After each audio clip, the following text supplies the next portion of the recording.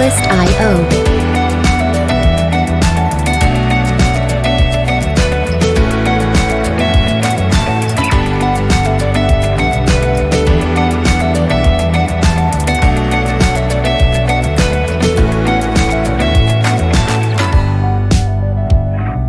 Music licensing reimagined.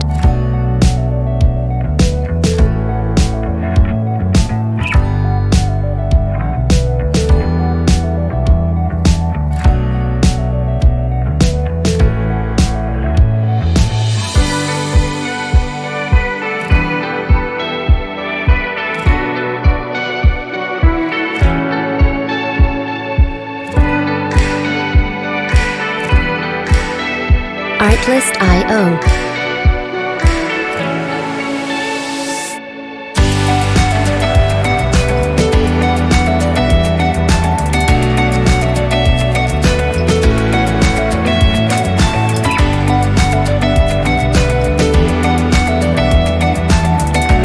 Music licensing reimagined.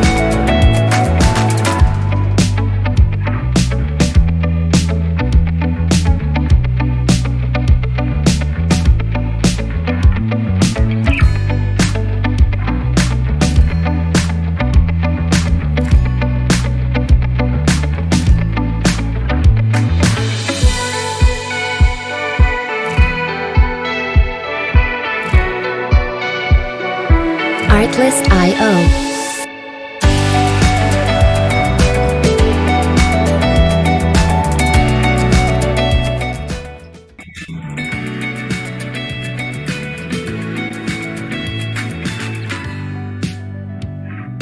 Music licensing reimagined.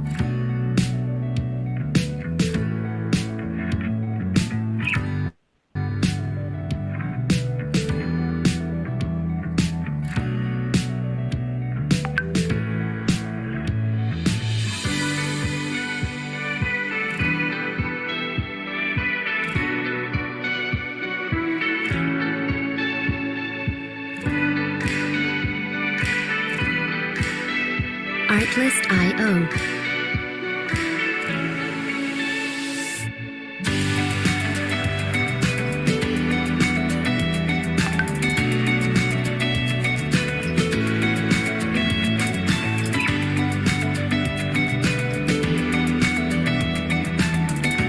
Music licensing reimagined.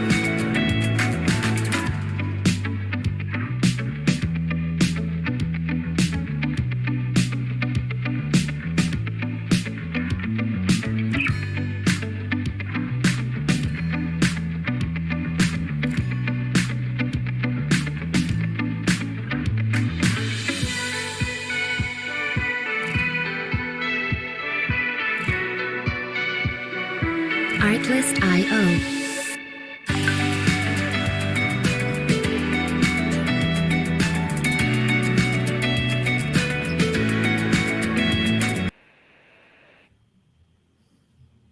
Ya dice que su máquina se está actualizando su Zoom, que denle un espacio de 1 minuto y medio, máximo 2, que ya está por entrar. Mientras les recordamos se suscriban a nuestro canal de YouTube, por favor proyecten el canal de YouTube para que puedan ver las actividades que estamos desarrollando en ese canal de YouTube. Ya está entrando, doctora, se le está dando acceso. Ay, bendito Dios. Eh, Ya me callo, amigo, entrando. Gerardo, por favor, lo presentas y arrancamos. Arrancamos, sí, claro que sí. ¿Listos? Bueno, pues muy buenas tardes a todos. Tengan todos y todas ustedes bienvenidos nuevamente a este acto académico que se desarrolla en el marco de las conferencias en el entorno de la inteligencia artificial, metaverso y nuevas tecnologías. Es un gusto contar con su presencia y con su participación. Para poder dar inicio a este programa, vamos a agradecer a las autoridades que han hecho esto posible. Al doctor Fernando Rafael Castañeda Sabido, director general de Asuntos del Personal Académico de GAPA, de la UNAM, a la maestra Brenda Morales Chambert, directora de Apoyo a la Docencia, a la licenciada Ana Laura Pasos Hernández, jefa del Departamento del Programa de Apoyo a Proyectos para Innovar y Mejorar la Educación, PAPIME, así como a la doctora Sonia Venegas Álvarez, nuestra querida directora de la Facultad de Derecho de la UNAM, y a la maestra Sara Miss Palmas León, nuestra querida secretaria general de la misma facultad. Les recuerdo a todos ustedes que estas conferencias son organizadas por el proyecto PAPIME PE 309424, Modelo de Aprendizaje Proactivo del Derecho, plataforma EJA, que tiene como misión transformar la enseñanza del derecho a través de la integración de las tecnologías emergentes. Nuestro objetivo es el de abonar a la operatividad y materialización tanto del eje 3, educación virtual e híbrida, como del eje transversal 4, de nuevas tecnologías contemplados en el Plan de Desarrollo 2024-2028 de nuestra querida directora. La idea es fomentar un aprendizaje proactivo, incluso y accesible, promoviendo la información educativa y la excelencia académica en el ámbito jurídico a partir del desarrollo de metodologías de enseñanzas basadas en tecnologías como el metaverso y la inteligencia artificial.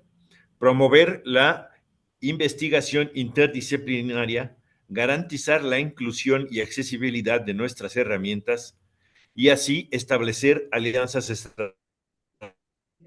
estratégicas. También nos enfocamos en la capacitación continua de sensibilización sobre los beneficios de las nuevas tecnologías en la educación jurídica y la justicia digital.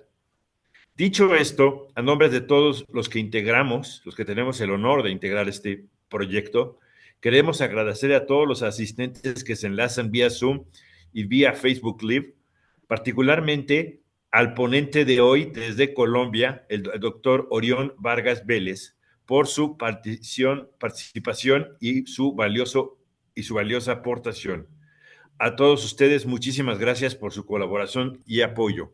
Voy a leer rápidamente y resumiendo la síntesis curricular del doctor.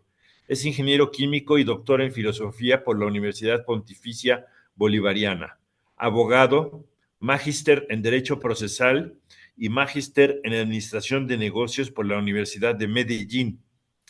Es un abogado, ingeniero, administrador, filósofo y versátil profesor que trabaja en el sector de la tecnología y la inteligencia artificial aplicada en el derecho y la justicia.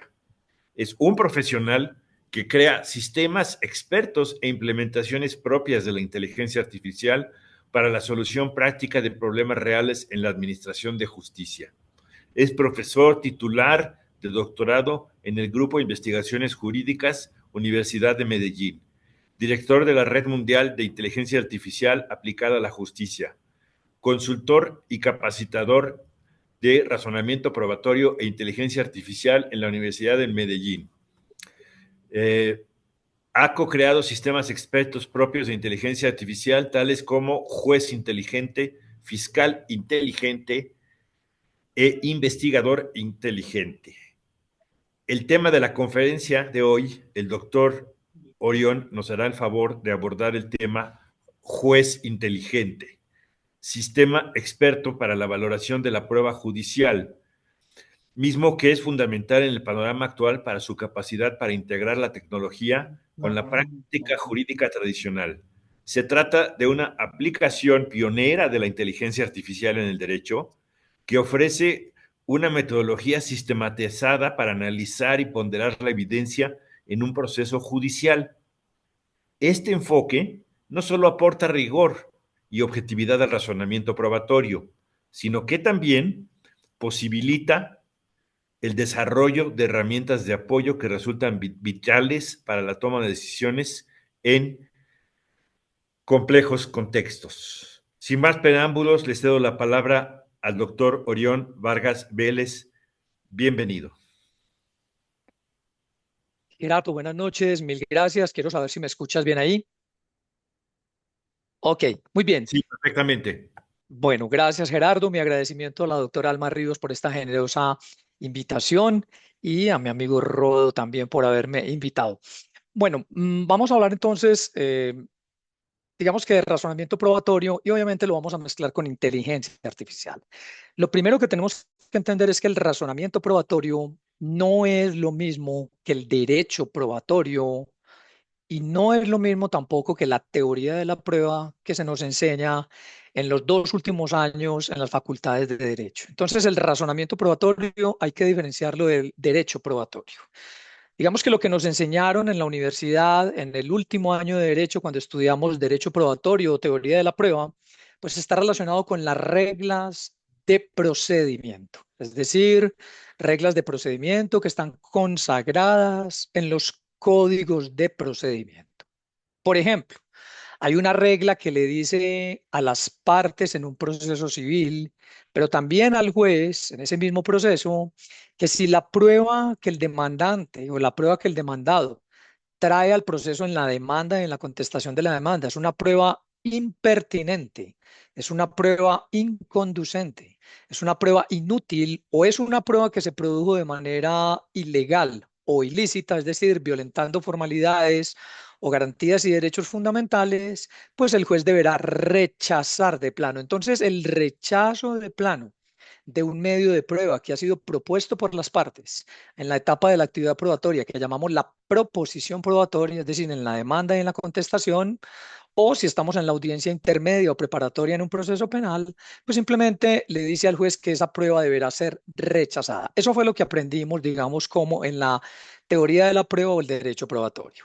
Pero el razonamiento probatorio no hace alusión a esas reglas de procedimiento, sino que hace alusión a la construcción de inferencias probatorias. Voy a repetir eso. El razonamiento probatorio hace alusión, está relacionado o tiene que ver con la forma como construimos inferencias probatorias. Y construir inferencias probatorias está relacionado con la forma como conectamos, como enlazamos pruebas, hechos y pretensiones o hipótesis. Voy a repetir eso. El razonamiento probatorio está relacionado con las conexiones que hacemos entre la prueba, el hecho y las pretensiones o hipótesis que planteamos al interior de un proceso judicial. Entonces, de alguna manera, hay unas inferencias, unas operaciones mentales que fue las que nunca nos enseñaron de alguna manera en el pregrado en el derecho, y de eso se trata el razonamiento probatorio. Es un proceso mediante el cual, con base en las pruebas disponibles, damos respuesta a las pretensiones o hipótesis que las partes traen al proceso judicial. Voy a compartir pantalla y voy a mostrarles pues un sistema experto que hemos desarrollado aquí en Colombia, en la Universidad de Medellín. Y ustedes allí verán entonces un cuadrito de color azul. Díganme si lo están viendo allí en su pantalla. No, aún no. Ahora sí. Ok, entonces si ustedes miran allí ese primer cuadrito, de alguna manera podemos decir que es una pretensión. Obviamente voy a poner un ejemplo muy sencillo para que ustedes vean cómo nuestro sistema experto juez inteligente les permite conectar y construir inferencias probatorias. Entonces, miren que aquí estamos hablando de un método gráfico, una metodología gráfica, una imagen vale más que 1000 palabras, que nos permite establecer esas relaciones entre la prueba, el hecho y las pretensiones. Recuerden que lo que hacemos en un proceso es probar los hechos para que nuestras pretensiones sean más probables que las de nuestra contraparte. Voy a repetir eso. Lo que hacemos en un proceso judicial es probar nuestros hechos para que nuestras pretensiones o hipótesis sean más probables que las de nuestra contraparte. Voy a poner un ejemplo muy sencillo y ustedes ven allí que tengo una pretensión o hipótesis y miren que esa pretensión es la siguiente. Pedro sufrió una fractura en su brazo derecho. Pedro sufrió una fractura en su brazo derecho.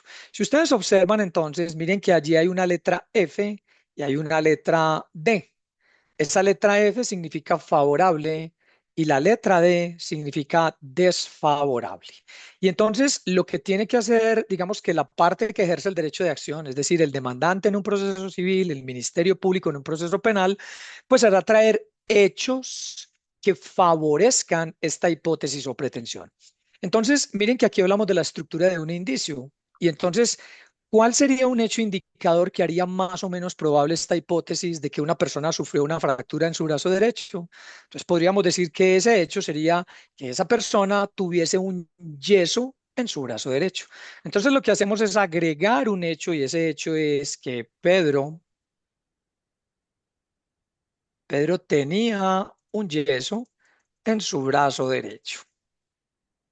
Y entonces miren cómo este hecho se conecta favorablemente con esa hipótesis o pretensión. Si ustedes observan, miren que ese hecho, a través de esa cuerdita, se conecta favorablemente a esa pretensión. ¿Y por qué? Muy sencillo, señores. En la estructura de un indicio tenemos un hecho indicador y un hecho indicado. El hecho indicador es un hecho que percibimos por medio de nuestros sentidos y obviamente en este caso sería el hecho de que una persona tiene un yeso en una de sus extremidades. Si eso es así, esto haría más o menos probable la pretensión o hipótesis de que esa persona hubiese sufrido una fractura en su brazo derecho. Si ustedes miran la cara del doctor Gerardo, miren que el doctor Gerardo usa lentes. Entonces tenemos un hecho conocido que percibimos por medio de nuestros sentidos y es que podemos todos decir como prueba testimonial, el señor Gerardo Hierro usa lentes. ¿Qué podemos inferir como probable de ese hecho indicador? Pues que el señor Gerardo Hierro tiene problemas de visión. Y así lo podríamos interrogar. Doctor Gerardo, sírvase decirle al despacho, sí o no, ¿tiene usted problemas de visión? Sí, Exacto. Entonces, miren qué fue lo que hicimos. De la observación de un hecho indicador que percibimos por medio de nuestros sentidos, inferimos como probable un hecho que es desconocido para nosotros. Nosotros no estamos seguros si el doctor Gerardo tiene problemas de visión o no, pero lo inferimos como probable de un hecho que llamamos hecho indicador y que es un hecho que percibimos por medio de nuestros sentidos. Pues bien, señores, el juez inteligente trabaja con esa estructura del indicio y miren cómo de la presencia de un yeso en una extremidad de una persona, podemos inferir como probable que esa persona sufrió una fractura en dicha extremidad. Luego, ¿qué es lo que tenemos que hacer en el proceso? Pues tenemos que probar nuestros hechos. Y si ustedes observan, miren que el hecho también tiene una F y una D. La F es favorable y la D es desfavorable. Y entonces lo que vamos a hacer es agregar, por ejemplo, una prueba. Digamos que vamos a agregar una prueba testimonial, digamos que testimonio de Alma. Vamos a poner aquí testimonio de Alma. Y lo que vamos a decir es que Alma afirma que ella vio que Pedro tenía un yeso en su brazo derecho. Y miren lo que hacemos cuando ponemos esta prueba. Miren cómo la prueba se conecta favorablemente a ese hecho. Entonces, lo que estamos viendo aquí, señores, es lo que el razonamiento probatorio nos enseña. Es decir, son las conexiones entre la prueba, el hecho y la pretensión o hipótesis que planteamos al interior del proceso judicial. Esto que ustedes están viendo allí se conoce como una cadena de razonamiento. Estas cadenas de razonamiento digamos que se las inventó en 1890, hace más de 100 años, un norteamericano cuyo nombre fue John Henry Wigmore. John Henry Wigmore fue el decano de la Facultad de Derecho de la Universidad Northwestern en Chicago, pero también fue el padre del razonamiento probatorio. Es decir, Wigmore estaba adelantado a su época. Y esto que ustedes ven allí se conoce como el método gráfico de Wigmore. ¿Y qué fue lo que hicimos nosotros en la Universidad de Medellín, en Colombia? Simplemente pues nos estudiamos muy a fondo a Wigmore, nos estudiamos muy a fondo el alma gemela de Wigmore, que fue un norteamericano también que murió en el 2018, David Hume, y nos estudiamos muy a fondo otros dos autores importantes que son Lofty Saet, profesor de Berkeley, que murió también hace más o menos 4 años, quien se inventó la lógica difusa, y Jonathan Cohen en la Universidad de Oxford, quien se inventó un sistema de probabilidades que no es matemático. Con base en esos estudios que hicimos y esa traducción de las obras más importantes del razonamiento probatorio, fue que creamos este sistema experto juez inteligente. Si ustedes observan, aquí tenemos en la parte de abajo la prueba testimonial de Alma. Voy a ampliar un poquito para que la vean. Miren que ahí está la prueba de Alma. Esa prueba se conecta favorablemente con el hecho de que Pedro tenía un yeso en su brazo derecho y ese hecho se conecta favorablemente con la hipótesis o pretensión que Pedro sufrió una fractura en su brazo derecho. Entonces, de alguna manera, señores, miren que las pruebas tienen dos atributos muy importantes que son pertinencia y credibilidad. O sea que al proceso tenemos que traer pruebas pertinentes y creíbles en relación con hechos que son relevantes. Voy a repetir eso y voy a mostrarlo en el gráfico. Miren que el testimonio de Alma es una prueba pertinente, pero también deberá ser creíble en relación con lo que ella afirma. ¿Y qué es lo que ella afirma? Ella afirma el hecho de que Pedro tenía un yeso en su brazo derecho. Y si ese hecho es cierto, entonces será más probable que la hipótesis o pretensión que yo estoy planteando en el proceso judicial. Entonces, cuando asignamos la relevancia a este hecho, podemos asignar una relevancia de muy probable y miren cómo construimos una regla de la experiencia que nos permite enlazar esta hipótesis o pretensión con ese hecho. Una regla de la experiencia se plantea como una estructura lógica, es una implicación lógica, un condicional, y su estructura es sí, entonces, probablemente. Construyamos la regla de la experiencia que nos va a permitir unir este hecho con esta pretensión. Si una persona tiene un yeso en una de sus extremidades, entonces es muy probable, miren que por eso le puse a la relevancia muy probable, que esa persona haya sufrido una fractura en su brazo. Voy a repetir esa regla de la experiencia. Si una persona tiene un yeso en una de sus extremidades, entonces es muy probable que esa persona haya sufrido una fractura en su brazo derecho. Luego lo que hacemos es repetir ese procedimiento para la pertinencia de la prueba y decimos, si lo que Alma dice es cierto, ¿y qué es lo que Alma está diciendo? Alma afirma que ella vio que Pedro tenía un yeso en su brazo derecho. Si eso fuese cierto, podríamos decir entonces que también es muy probable que obviamente Pedro sí tuviese un yeso en su brazo derecho. Y posteriormente, en lo que ustedes llaman el desahogo de la prueba, establecemos la credibilidad de Alma. Podríamos decir algo como lo siguiente. Dado que Alma no fue veraz, no fue objetiva, no fue observacionalmente sensible, estuvo sesgada y fue evasiva, entonces es poco probable que lo que dijo sea cierto. Miren cómo en este momento acabo de asignar tres valores aquí en el juez inteligente. Un valor de pertinencia a la prueba, que es muy probable, y un valor de credibilidad de poco probable. Si ustedes observan aquí, entonces lo que tenemos es una prueba totalmente pertinente, pero nada creíble en relación con un hecho muy importante. La pregunta que nos hacemos es, ¿cuál es el peso probatorio, cuál es el valor probatorio que esa prueba le da a esa hipótesis? Pues obviamente tendrá que ser el menor valor de los tres, es decir, el menor valor entre la credibilidad, la pertinencia y la relevancia. Entonces lo que hace nuestro sistema experto es calcular automáticamente ese peso probatorio. Si ustedes observan en la parte de arriba, lo acabo de calcular y tenemos que es poco probable que Pedro haya sufrido una fractura en su brazo derecho con base en la prueba testimonial de Ana. Entonces, por eso les explico esto. Esta es la manera como asignamos valores en el juez inteligente y ahora les voy a mostrar un proceso de responsabilidad médica para que ustedes se den cuenta de la magnitud de lo que podemos manejar con nuestro sistema experto inteligente. Ahí pueden ver entonces un proceso de responsabilidad médica. Miren que esto realmente no lo puede manejar ningún juez en la cabeza. Es decir, la gran pregunta que estamos respondiendo nosotros en Hispanoamérica es, ¿cómo se valoran 500 pruebas en conjunto? ¿Cómo se valoran 870 pruebas en conjunto? ¿Cómo se valoran 1200 pruebas en conjunto? Digamos que de eso no se ha dado respuesta en Hispanoamérica y nuestro juez inteligente da respuesta, digamos que de manera precisa a eso que estamos diciendo. Aquí tenemos un proceso de responsabilidad médica, se los acerco un poquito, miren la cantidad de pruebas, miren la cantidad de hechos, miren la cantidad de conexiones que se presentan entre esas pruebas, esos hechos y esa pretensión o hipótesis que las partes traen al proceso judicial.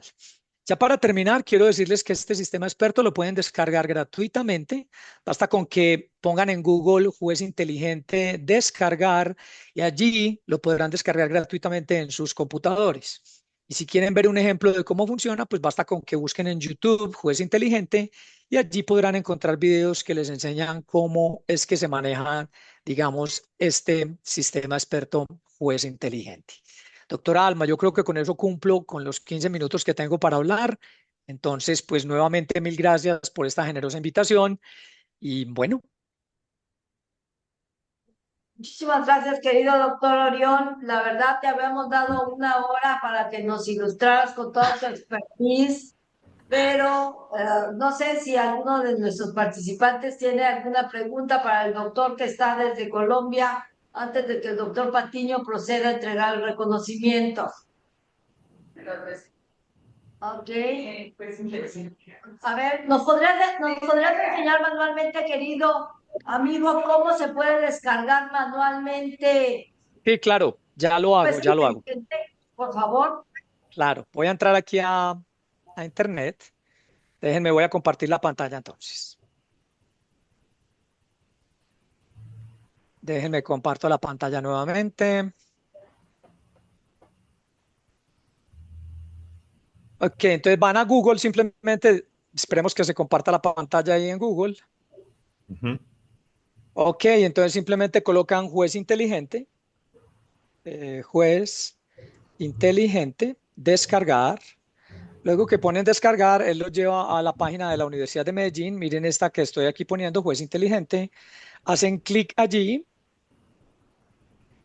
y bajan un poquito y aquí van a encontrar un formulario para habilitar la descarga. Ese formulario rojito, le hacen clic allí y llenan sus datos. Voy a llenar, por ejemplo, los datos de Gerardo Hierro.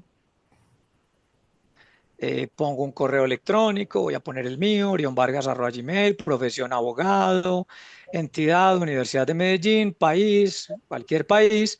Hacen clic acá, miren que llenan esos datos y luego le dan enviar. Cuando le dan enviar, miren que a mano derecha abajo comienza a decirles que ya va a comenzar a descargar. Entonces miren que ya ahí les aparece para Windows y para Mac. Gerardo, dime si estás viendo eso en color verde. Sí, Ok, entonces si quieren le dan para Windows y simplemente miren que aquí arriba ya comenzó a descargar. No sé, Gerardo, si se ve que está comenzando a descargar allí, sí, a mano también. derecha arriba. Exacto, Sí, entonces van a su página de descargas, enseguida les muestro. Entonces van a su página de descargas. Una vez que él termine de descargar, ya terminó. ok, vámonos para la página de descargas, dame un segundito. Ok, ya terminó. Nos vamos para la página de descargas.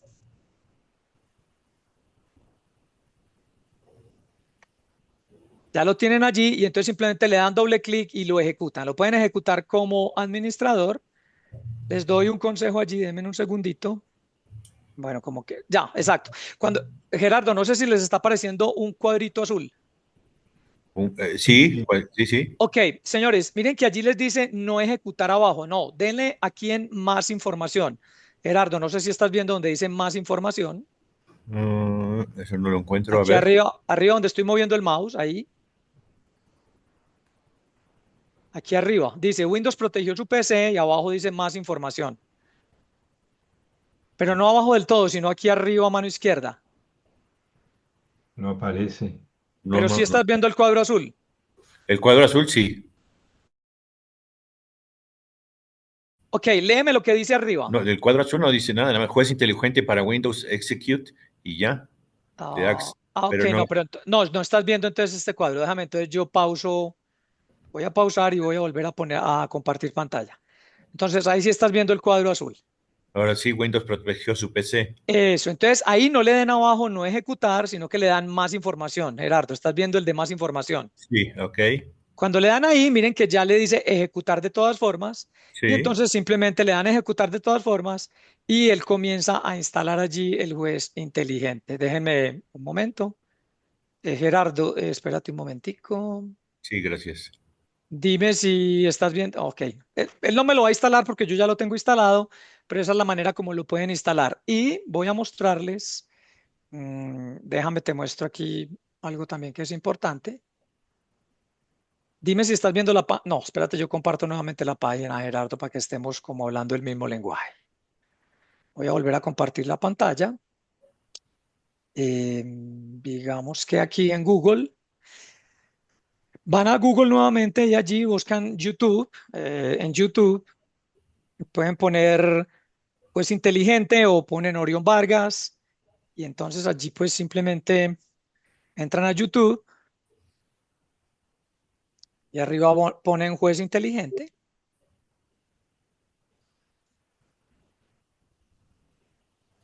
Y voy a mostrar, ahí ven varias conferencias, pero quiero mostrarles una que tiene un proceso y dura 20 minuticos y creo que esa es una buena conferencia para descargar. Denme un segundo, yo la busco aquí.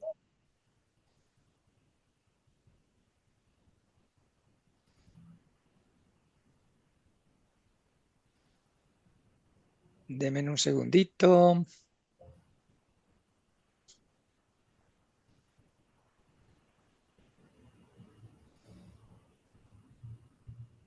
Ok, entonces déjenme, yo más bien lo busco aquí en mi canal y les mando el enlace de una vez. Denme un segundito.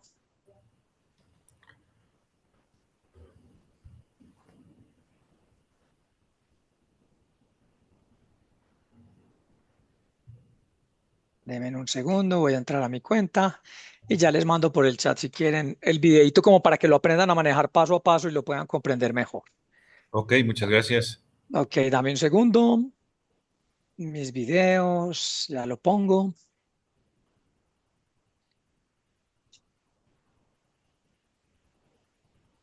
Ok, ahí estamos, ya lo busco.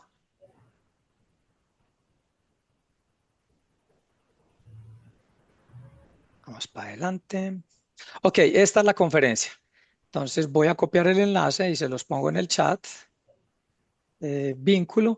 Es este. Este es el video, entonces lo voy a mandar al chat, Gerardo, ¿te parece? Por favor. Ok, ahí lo mando al chat.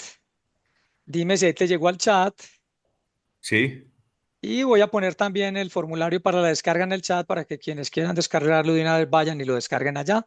También voy a ir al chat a ponerlo allí, Gerardo. Dame un segundo. Ahí está también donde descargan el programa. Ahí mandé esos dos enlaces. El primero es un video que nos muestra pues, básicamente cómo funciona el juez inteligente y el otro básicamente es para que lo puedan descargar Sí, está tranquilamente. perfecto. Ya hasta me suscribí a tu canal. Muchas gracias, hombre, Gerardo. Tú, tú suscríbete al nuestro. Claro, claro que sí, Enlace claro que sí, jurídico académico. claro que sí. Bueno, no sé si tienen alguna pregunta. No había como medido el tiempo, creí que solo tenía 15 minuticos porque siempre que estoy en México eso es como lo que ponen. Pero si tienen alguna inquietud o pregunta, Hay la pueden... algunas preguntas en el chat, querido Orión. No sé si la licenciada Zavala las puede ir leyendo. También está la colega, la doctora Piedad, que también es colombiana como tú. Saludos, querida amiga que está conectada, enlazada en estos eventos tecnológicos. Licenciada, ¿puede leer las preguntas que lanzaron en el chat para aprovechar del doctor Orión antes de que el doctor Patiño le entregue su reconocimiento? Claro, Yo aquí, doctora. yo aquí las estoy viendo también. Ok, aquí estoy viendo que Oscar Palacio hace una pregunta a Alma y dice, ¿cómo es eso? La probabilidad es netamente matemática. Oscar Palacio hace como esa pregunta, ¿cierto? Sí. Bueno, entonces, voy a explicarles algo. Precisamente el sistema no usa para nada probabilidades matemáticas y digamos que eso es lo bonito del sistema. Ahora, ustedes dirán, bueno, ¿por qué no usa probabilidades matemáticas? Entonces, en 1977 hubo un filósofo muy importante en la Universidad de Oxford, que su nombre fue Jonathan Cohen. Y Jonathan Cohen, pues de alguna manera lo que hizo fue inventarse una nueva probabilidad que no es matemática. Es una probabilidad que se llama probabilidad inductiva.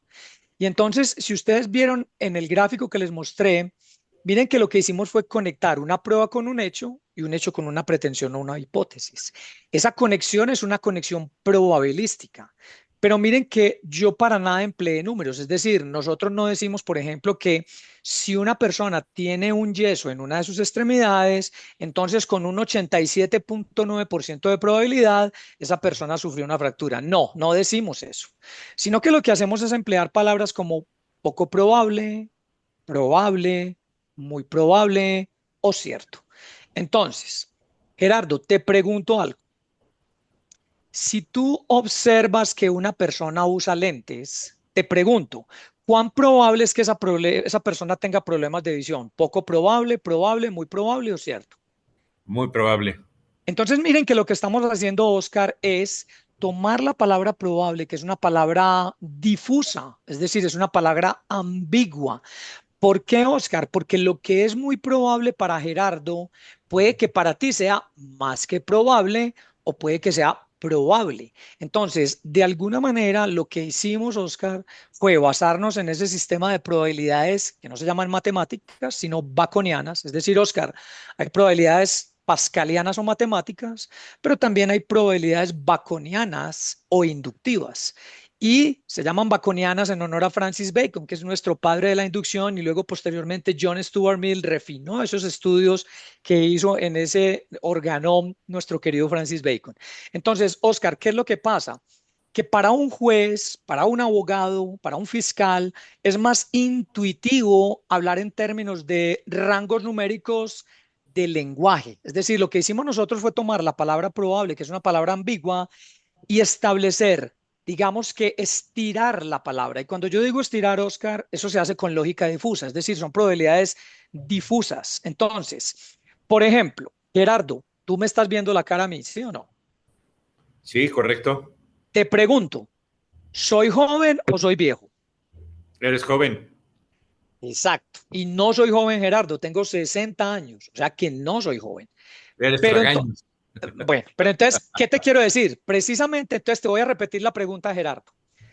Haz de cuenta que yo no te puse, no te dije cuál era mi edad, porque obviamente te la estoy mintiendo. Dime, te mentí con la edad, pero dime, ¿cuántos años crees que yo tengo? Eh, 45. Ok, ahora dime un rango de años en el que yo pueda ubicarme, no un número como 45, sino un rango numérico. De 42 a 48. Exacto. Entonces miren qué tan bonito.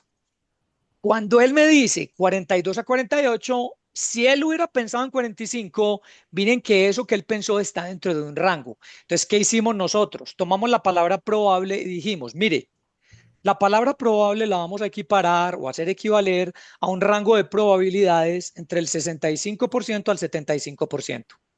La palabra poco probable está de un 51 a un 65%. La palabra muy probable estará entre un 75 y un 85%. La palabra casi cierto estará entre un 85 y un 95 y la palabra cierto estará por encima del 95.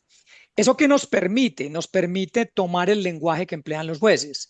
Los que somos abogados litigantes, los que ejercemos litigando, nos damos cuenta cómo en la sentencia los jueces dicen lo siguiente. De la prueba traída por la parte demandante al proceso, es muy probable que el hecho se haya presentado de esa manera, o es poco probable, o es probable, o es totalmente cierto para el despacho, o más allá de toda duda, el despacho no tiene ninguna duda y considera cierto el hecho. Entonces, ¿qué fue lo que hicimos? Oscar, no utilizamos números exactos, no utilizamos probabilidades matemáticas, sino que utilizamos rangos numéricos de probabilidad, pero lo que hacemos es ponerle cualificadores difusos. Escúchame, cualificadores, no cuantificadores. Entonces, por ejemplo, una persona vieja, Gerardo, ¿en qué rango de edades podría estar?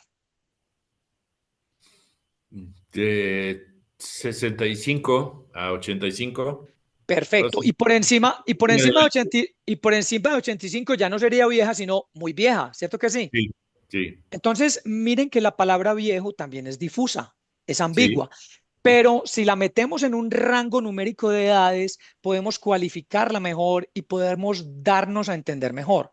Y con eso estamos resolviendo un tema muy potente, sobre todo en materia penal, que es el estándar de prueba.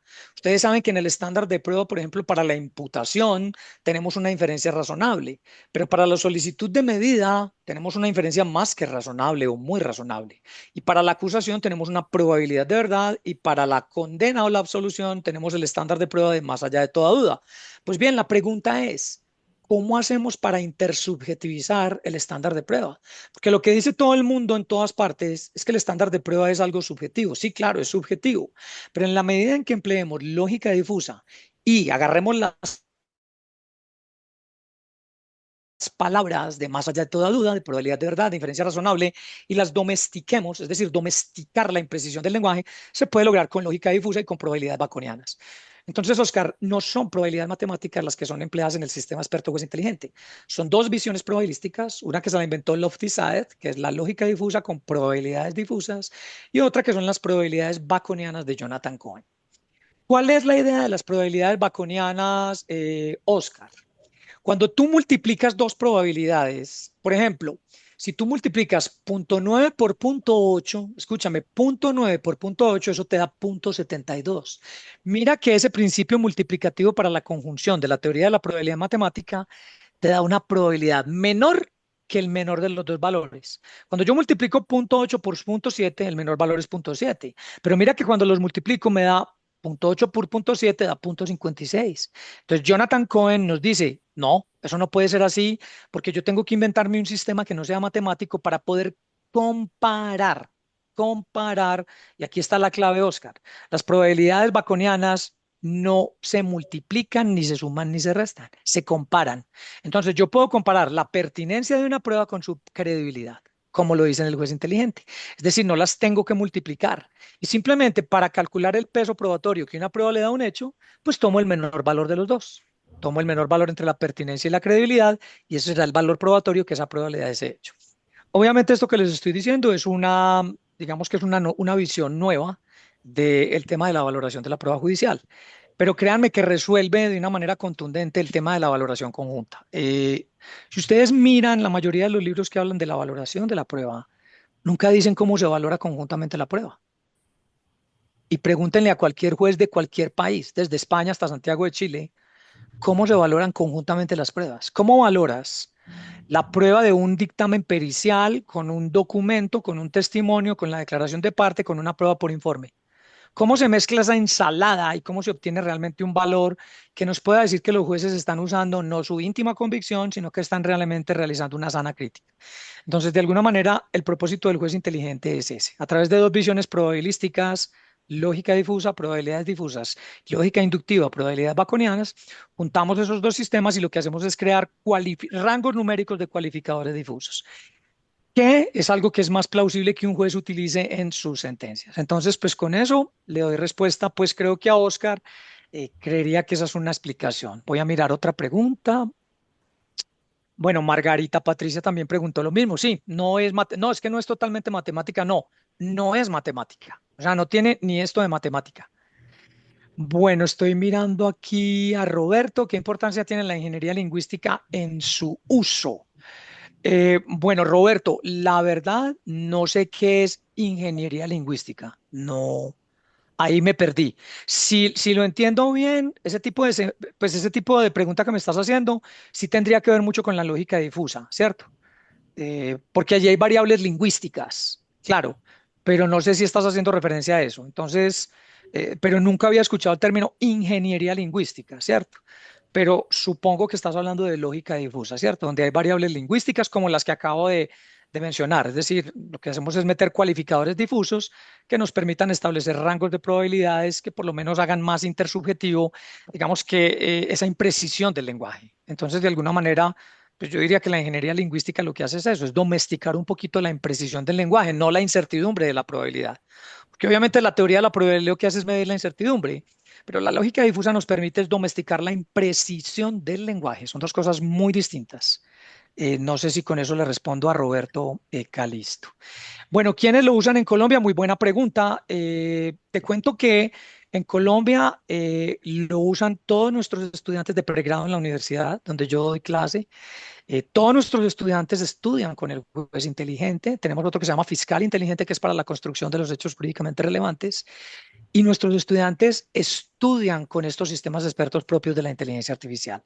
Es decir, cuando ellos son egresados, que van a ser abogados litigantes, fiscales, jueces, magistrados, van con otra cosa en la cabeza, es decir, van con la construcción de inferencias entre los hechos, las pruebas y las pretensiones o hipótesis. Sin embargo, hay jueces que también lo usan y muchos abogados litigantes. Pero lo más bonito es que donde sí lo usaron y lo usan es en Panamá. La Corte Suprema de Justicia, digamos que la presidenta de la Corte Suprema de Justicia me invitó a mí para que le enseñara, digamos que a los jueces y a los auxiliares y a los asistentes de fiscales, digamos que a manejar ese juez inteligente y pues digamos que lo usan más en Panamá que en Colombia. Nadie es profeta en su tierra, así es. Entonces, no solo en Panamá lo usan, se llama el órgano judicial, lo que es la Corte Suprema, pero también el Ministerio Público de Panamá fue el primero que implementó nuestro fiscal inteligente en el delito de estafa. Entonces, nosotros estuvimos en Panamá capacitando a todos sus fiscales en la sesión de estafa. Y bueno, lo usan allí en Panamá y espero que en México lo usen bastante ustedes ya que es gratuito. Sí, también está para descargarlo para Macintosh, pero déjame busco aquí algo que hay que hacerle al Macintosh para que te pueda Voy a meter aquí una USB. Espérate si tengo este archivo aquí o no. Bueno, me comprometo a buscarlo y mandarlo, porque para Mac, dependiendo del Mac que tengas, tienes que tienes que escribir como un pequeño codiguito. Entonces, yo le hago llegar a Gerardo y a Alma eso para que los que lo instalen en Mac les pueda funcionar bien. Bueno, voy a mirar qué más preguntas. Bueno, yo creo que, ok, Margarita, o sea, sin matemáticas vemos las probabilidades de manera que conectamos tan solo probabilidades. Sí, sí, las conectamos, pero entonces pilas que son cualificadores, no son cuantificadores, ¿listo? Bueno, Sandra, muchas gracias, de República Dominicana. Ok, bueno, ya me registré. Ok, ¿qué sucedería con un testigo falso que afirma haber estado presente en el lugar de los hechos? ¿Cómo se alimentaría el programa? Ok, entonces no sé, Marta, si viste que el hecho tiene una F y una D. La F significa favorable y la D significa desfavorable. Entonces lo que haces es pegar la prueba testimonial desfavorablemente, es decir, negando el hecho. Acuérdate que lo que hacemos en el proceso judicial es afirmar hechos y nuestra contraparte los niega. Eso es lo que llamamos los hechos que son el tema de prueba o los hechos controvertidos, ¿cierto? Entonces, de alguna manera, en el sistema experto tienes una F y una D, entonces basta con que el testigo falso lo metas aquí en la D, porque sería lo que afirmaría quién, tu contraparte. Por ejemplo, digamos que tachando de imparcialidad un testigo, porque tiene una relación económica, una dependencia económica, una relación amorosa o familiar con una de las partes o los abogados. Entonces, de esa manera es que se ponen. Bueno, em, ok, en la práctica judicial permitiría aplicar el sistema como método de evaluación probatoria. José, es que precisamente para eso es el sistema. El sistema es para que el juez no se gaste una hora, una semana, un mes o 6 meses valorando conjuntamente 1.200 pruebas. Pregúntale a un juez cómo valora 500 pruebas. No te va a saber decir, es decir, no tiene una metodología. Él te va a decir, bueno, yo miro aquí, que no se contradiga aquí, pero ven, pero estamos hablando de 500 pruebas. O sea, es imposible valorar 500 pruebas en conjunto, o 700, o 1.000. Con el juez inteligente es totalmente seguro hacerlo porque tienes todas las conexiones entre las pruebas, los hechos y las pretensiones. Ok, entonces los programas usan algoritmos, no distinguen entre alguien que miente o dice la verdad. Por supuesto, no lo puede distinguir. Es que precisamente acuérdate que hay un principio que es el principio de inmediación y el principio de inmediación nos dice, el juez deberá desahogar las pruebas personalmente. Lo puede hacer virtualmente, pero tiene que estar él ahí inmediando. ¿Por qué? Porque es en esa inmediación donde el juez logra establecer si un testigo de alguna manera fue evasivo, si un testigo se contradice, si un testigo de alguna manera está sesgado porque está escuchando las respuestas que están siendo formuladas por las partes y por el mismo juez. Entonces, de alguna manera no le podemos dejar todo a la inteligencia artificial, es decir, la intervención humana tiene que estar allí siempre. Y precisamente la inteligencia artificial pues, no reemplazará totalmente al ser humano, pero sí lo asistirá en la realización de tareas que son un poco más complejas. Bueno, Sandra me dice, ¿este modelo juez inteligente se implementa en las valoraciones de las pruebas oficiales en Colombia o en algún país? Bueno, ya lo respondí. Digamos que en Panamá lo hacen, en Colombia en algunas partes. Bueno. Muy bien. Bueno, ¿qué más tengo? Bueno, el margen de error del uso del juez inteligente, digamos que es, yo diría que muy bajo. Te voy a explicar por qué, porque nosotros no estamos trabajando con inteligencia artificial, digamos, no estamos haciendo machine learning supervisado, machine learning no supervisado, no estamos haciendo aprendizaje por refuerzo y no estamos usando, digamos que aprendizaje profundo, es decir, no estamos trabajando con redes neuronales, pero tampoco estamos trabajando con inteligencia artificial generativa. Estamos trabajando con sistemas expertos. Los sistemas expertos, de alguna manera, son el inicio de la inteligencia artificial, es decir, casi que ya están pasados de moda. Pero créanme que el sistema experto juez inteligente es un sistema experto al que le metes unas entradas, él construye las reglas de inferencia y te arroja la valoración conjunta. Es decir, no es una caja negra como lo son las redes neuronales propias del aprendizaje profundo, sino que tiene total transparencia en los valores de relevancia, pertinencia y credibilidad que el juez le asigna a cada prueba, cada hecho y obviamente el peso probatorio conjunto que él calcula. Entonces, de alguna manera, el margen de error, pues yo diría que sigue siendo el margen de error del ser humano. Por ejemplo, si yo ahorita mire que le pregunté a Gerardo y le dije, Gerardo, si tú ves que una persona usa lentes, ¿cuán probable es que esa persona tenga problemas de visión? Y él me dijo, muy probable. Pero si un juez considera que eso no es muy probable, sino probable, entonces mira que el error no es del sistema, el error sería de ese juez que de alguna manera justificó esa palabra probable con una regla de la experiencia que no se acomoda muy bien. Porque uno tendría que decir lo siguiente, si una persona usa lentes, entonces es probable que tenga problemas de visión. Si una persona usa lentes, entonces es muy probable que tenga problemas de visión. ¿Qué es lo bonito? Que el juez inteligente demuestra qué valores le asignó el juez a cada prueba y a cada hecho. Entonces te permite tener total transparencia de si el juez de pronto se equivocó un poquito o no se equivocó. Entonces digamos que no es el sistema, es quien lo alimenta. Hazte de cuenta que el juez inteligente, María, es una calculadora probatoria. En la calculadora, si tú pisas bien las teclas y no cometes errores, el resultado que te da es correcto. Pero si metes el dedo mal, él también te va a dar un resultado correcto, pero fuiste tú quien se equivocó metiendo el valor. Bueno, lo mismo ocurre en el juez inteligente. Si le metes un valor que no es, pues obviamente él hace el cálculo, pero obviamente digamos que pues las partes pueden ver qué fue lo que hizo el juez. Muy bien. Pues Bueno, yo muchísimas creo que gracias estamos bien, Gerardo. ante todo lo que nos has comentado. Hay que tener la herramienta adecuada, pero el tener la herramienta o los pinceles adecuados no te van a volver a ser el mejor pintor. Hay que estudiar más, aprender más, pero como herramienta, pues es una maravilla. Muchísimas gracias. Bueno, cedo la palabra al doctor Ruperto Patiño para que sea tan gentil de otorgarle la constancia al doctor Orión Vargas.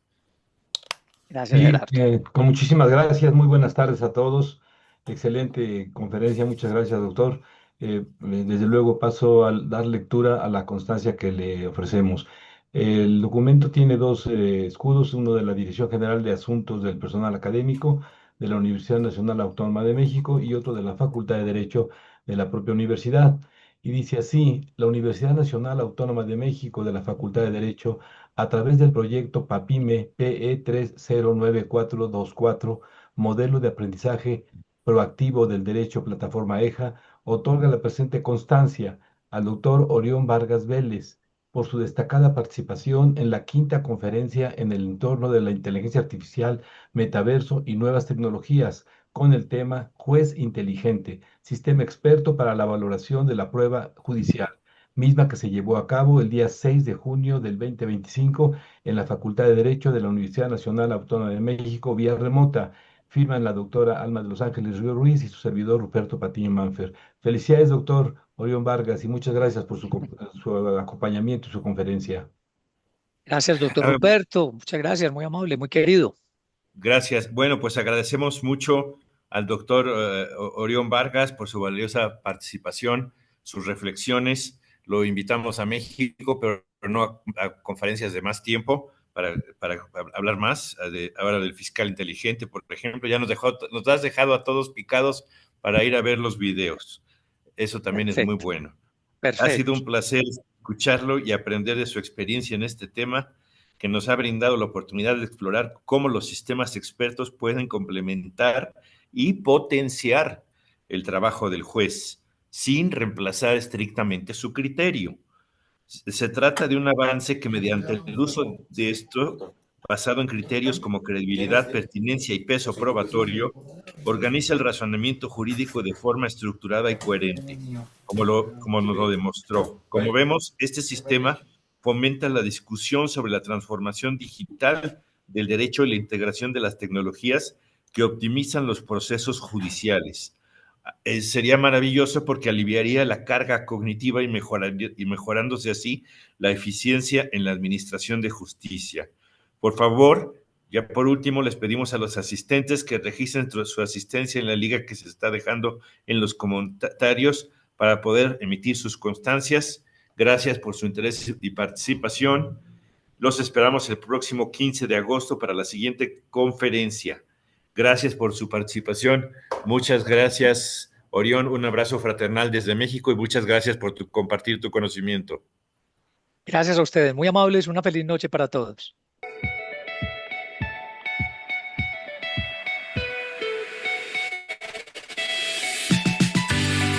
Artlist.io. Buenas noches.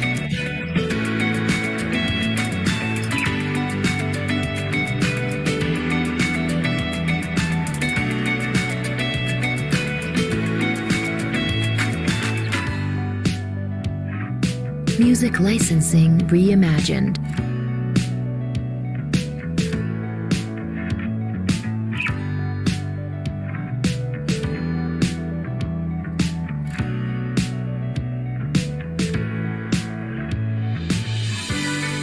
Buenas noches a todos.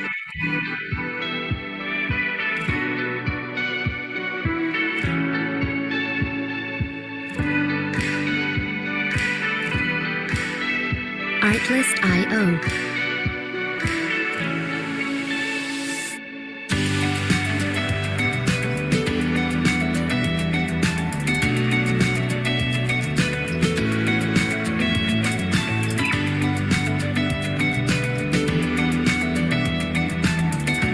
Music licensing reimagined.